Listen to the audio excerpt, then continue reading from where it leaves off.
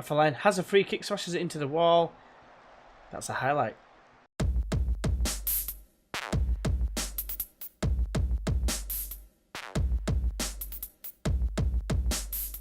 Hey everyone, and welcome to episode 10 of Turmoil Tranmere with me, GeeW FM, and it looks like we may have sorted out our defensive issues, and that is why we've been getting wins as opposed to draws and losses. Yeah, so we'll just get straight into the the results, and as you can see, things have been going very, very well. Aside from the first game that we had since the Gateshead game, which you saw last time, which was an away at Maidstone. We did beat them earlier on in the season, and we got just destroyed. 3-0 down at half time. Played miles better in the second half, couldn't score, it just wasn't to be. Then we went away to Dagenham and Redbridge, destroyed them. We was massively helped by the fact that Yam 5 minute bro got sent off after just 2 minutes. So we played against 10 men pretty much all game and absolutely destroyed them because of it. Wasn't going to complain though, great win. Then we went away to Boreham Wood and we got a 2-0 win. It was a little bit tight for large periods of the game, but eventually we run out 2-0 winners, which was fantastic. As was a home game against Eastleigh, which we got another 2-0 win this time with Jack Dunning, Devine Green getting the goals. And yeah, things were looking rosy as we moved into the playoffs, which I'll show you the table shortly. And then Dover, we got beat by them earlier on in the season at home, and we got revenge against them, being 3-0 up at half time. They did pull one back halfway, well, just 15 minutes in the second half, but that was pretty much the only highlight that they had. And you can see now that we are fourth, and we're not just fourth, we're in the playoffs. And not just in the playoffs, we're well in the playoffs. We're 5 points clear of like 8th place. I'm not entirely sure, by the way, about the playoffs, because normally it's just 2nd to 5th. So there must be some sort of new way of working it out. So I don't know if it's going to be 4th versus 5th and 6th versus 7th, and then they end up playing each other to play 2nd or 3rd. I'm not entirely sure how it works, but I do know that obviously we're 7 points and 8 points away from Maidstone and Hartlepool, which at one point I thought was going to be impossible to catch Hartlepool, but 5 games to make up 8 points, it's doable. 3 wins and 3 losses for them. Their form has been terrible, which has allowed Edgefleet to overtake them, and it's going to be interesting. We have got Hartlepool last game of the season as well, so I'd just say watch this space at this moment in time. But today we've got Solihull Moors, who are second bottom, and their manager is Feed the Goat and he will score. Sean Goater, formerly of Manchester City, the Bermudan hero. And yeah, it's not actually that bad, is it really, for this level? 8 tactical knowledge, it's not that bad. Management isn't bad neither. Get my words out, G. And yeah, he's going to give us a bit of a test, I think, today. Connor Furlong is the key man. It doesn't look like great, if I'm honest with you. It could be a bit of a prospect. He is only 20 years old. He's on loan from NK Don, so maybe he's a little bit better than what I'm giving him credit for. But we should have to watch out for him anyway. But let's get into today's team lineup, shall we? So the team is as follows. We've got Davis in goal with Sutton at right back. Grandison's been away on international duty and has come back and is not really fit. We've got Buxton at left back with McEvely partnering the Hound in the middle of defence again, with Wallace this time starting alongside Callum Guy. Dunn is the attacking midfielder with Tollett to the right, Atumbani to the left, and Correa continue up top. Just a quick mention about Correa. I don't think I mentioned it, but he was at Guiseley. He scored 2 goals against us, but he also got about 13 goals in like 21 appearances for a team that was like second bottom at the time, which that's what made me go towards him in terms of signing him. But anyway, going on to their team, they've got Darber in goal with Leggett at right back, Edwards at left back with Kelleher and Maslin Jones at centre back pairing. Got Finney and Burge in the middle of 2 defensive midfielders, with Green to the right of him, Furlong to the left of him, man highlighted, with Afolayan and Southwell up top. I think I did Afolayan his name justice there, I like to think. But anyway, into the dressing room. Let us tell them that we should be beating them somewhere. Or not, let's just go for this one. Carry on how you performed last time out. They're not interested, sadly. So this game has the potential to be a banana skin, because a bit of complacency could set in. I'm hoping it's not going to be the case, but who knows? We've been playing very, very well lately. The only game that was a little bit contentious, even against 10 men, was Dagenham and Redbridge, where we had the same amount of chances, and we just dropped a little bit lucky in the fact that ours just seemed to go in, and theirs didn't, which obviously earlier on in the season it was the other way around. So I'm glad for a little bit of a turnaround in fortunes in terms of the luck, and now it's done once more. Guy exchanging passes with Dunn. Forward to Correa. Now it's Tumbani. He gets tackled. It comes to Tolit. He scores 1-0. 3 minutes and 11 seconds on the clock. And we're well on his way to cementing the playoff spaces. It seems so long ago now that we were in so much trouble and we're one match away from relegation. It's all just clicked into place. I think dropping the line deeper has helped out massively. Definitely. I stopped playing McNulty. I think that was evident that I had to do that. Obviously, as the team captain, the team leader of the squad as well. And I didn't really want to drop him because of that reason. But it was just costing us too many points with balls over the top. It still happens every now and again. They get chances. But for some reason, we've been saving more than we've been conceding. And we've actually been scoring a few more goals. But I think it was a comment... excuse me. It was a comment that said that we're still... 2-0. 5 minutes on the clock, but Tumbani makes us puts us 2-0 up. But yeah, it was a comment by Adam Ford. I think it was Adam Ford that said that the team basically that we're given aren't good enough, and you have to make some changes. And that made me change. I wanted to try and keep the squad completely together if I could. It wasn't to be because it wasn't going to be good enough. So there's quite a large group of the players still playing, but not as many as what I would have liked. Like the two centre midfielders largely have been loanees this season, as a Hound puts it over the bar. The possession is absolutely disgusting at the moment. It's 70% to their 30. It dipped to 22% and 78 at one point. Can we make the most of it though? Are we just going to let them concede completely? Let them score, should I say, completely against the run of play? Probably, most likely. Here is Afalayan. Holds it up well. Had options left and right. Decided to get tackled instead, which I'm very grateful for. But now Otambani can break now. He's got Correa ahead of him. Or he's got someone square. I don't know who it is. It doesn't matter because Green's going to tackle him and then find Finney, who hoofs it over the top. Been mentioning it already. It's going to be squared. It's a sweaty goals. Oh, it's not a goal though because Davis pulls the save right out of the dick hole. Southwell is there and does win the header to Afalayan. Afalayan plays it through for Southwell. Has found a gap in between the defender. Shoots from distance. It's over the bar. Next time have a go, mate. Right, we've got Carlin. Wallace whips it in towards McKevely. Penalty. So we've had a lot of penalties, I'll be honest with you. We have had quite a few. I'd say we've had at least 7. We might have missed, I think we missed 2. I think Cole's missed 1 when he was here. And I'm sure there was someone else missed 1 as well. But here comes Correa, who's had 3 penalties, I think, and scored all 3. Might have even been 4. He's got 19 goals this season, like I said, much of which he got at Guiseley in a poor performing side. I pretty much ruined them, didn't I? They're pretty much nailed on to go down now, I think, Guiseley. Awesome, really. I just can't get over the turnaround. Just a few little subtle tweaks, like the making the players shoot less often and what have you, the ones in the winger positions. Because we were having shots, but they were just from anywhere. And some of them were half chances and what have you, but there were sometimes you get a highlight and they just shoot from anywhere, and it's just ridiculous. Like, they're going out for like throw-ins and stuff, like very regular.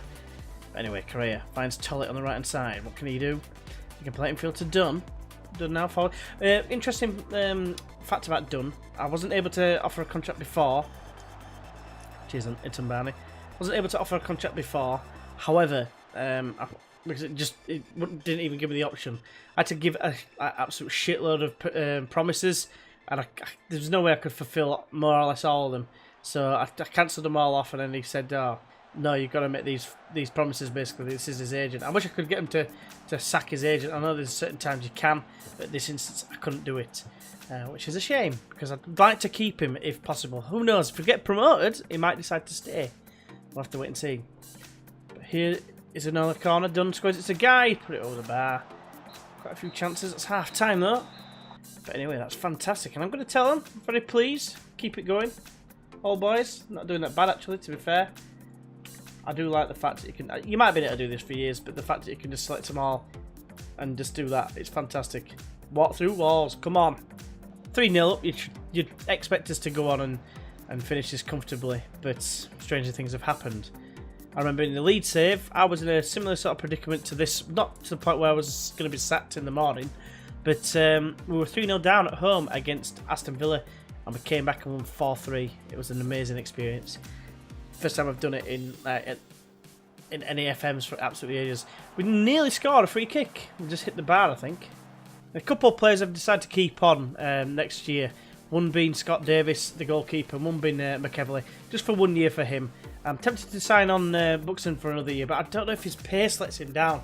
It all depends if I can sign some of the players. A lot of the players I've got this season, of course, are loanees. So there is that in the back of my head when I'm thinking, what do I need to do in terms of moving on. It all depends what division we end up in, because obviously, ideally, we'll be going into the Football League, which means a better draw.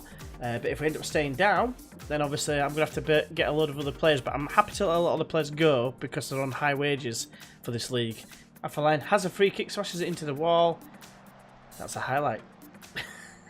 Right, there's another highlight here. It's a loose ball straight to McEvely. Casually brings it down for Wallace. Now Rinomota. It's come on for Dunn, of course. Now it's Tollett. Got an overlapping run if he wants it, but decides against it. And Correa is in. Should score. He's offside though. And I'm glad I wasn't celebrating, let's just say that. Right, so Devine Green is going to come on for Ben Tollett. Ben Tollett's been doing alright, really. I was hoping that he was going to start improving his determination with it still only been 1. I mean, Dunn, to be fair to him, he was on 2 at the start of the season. It's gone up to 4. Or, you can't, because of the actual squad status, you can't tutor him, which is a pain in the ass.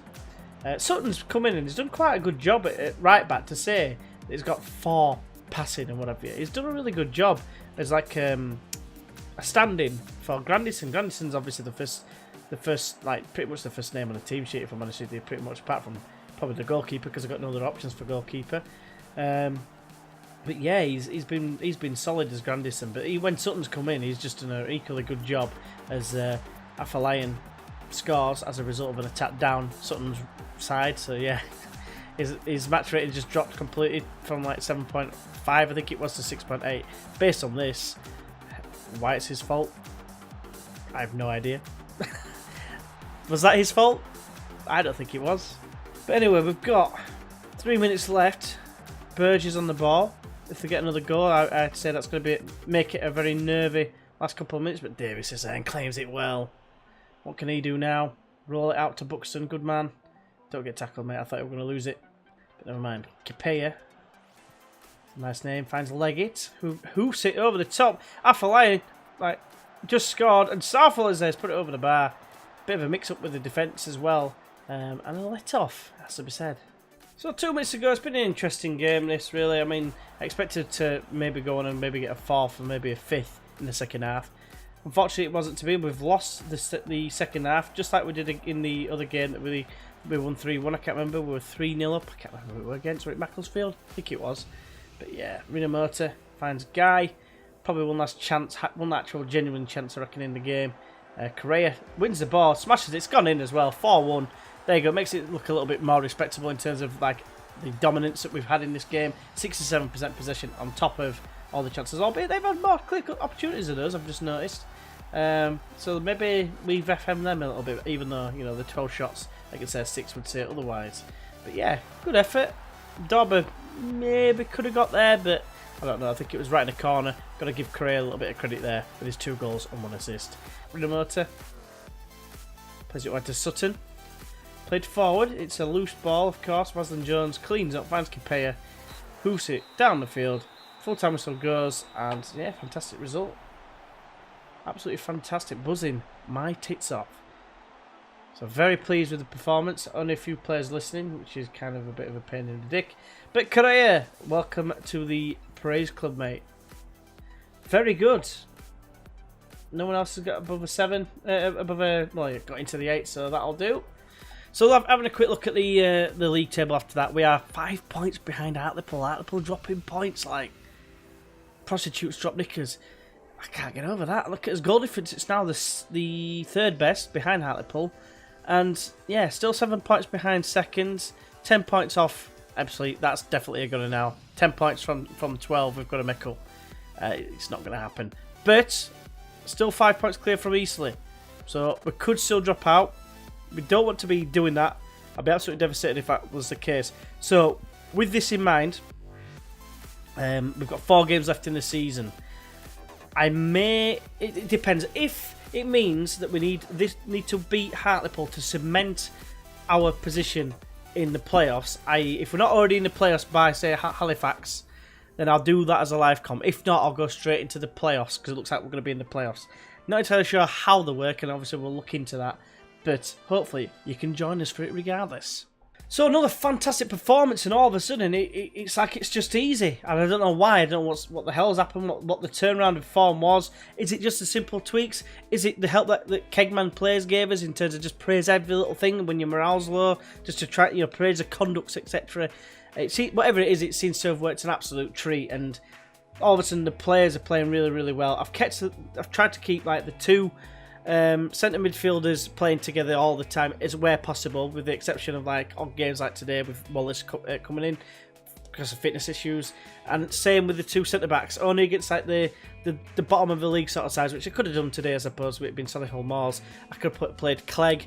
He has played. I mean, he played against Dover, I believe. Anyway, I'm certain he did. But anyway, yeah, that's what I've been trying to do, and it seems to have paid off. I've just been rotating the wingers and the striker and the attacking midfielder between Dunn and Rinomota, and it seems to have worked a treat. I've tried to keep the same full-backs as well where possible, and maybe it's just keeping a balanced side playing all the time, but we've got a hell of a lot of players. We've got to shift a hell of a lot of them at the end of the season, which most of them will be out of contracts. It should be pretty straightforward. So what I'll do is I'll come back for either the Hartlepool game or the playoffs. It'll be the first two legs, I suppose. Well, first and second leg at the same time.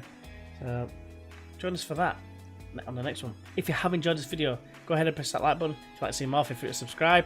And yeah, hopefully you join us, like I say, either playoffs or Hartlepool. Until then, I'll see you then. Bye bye.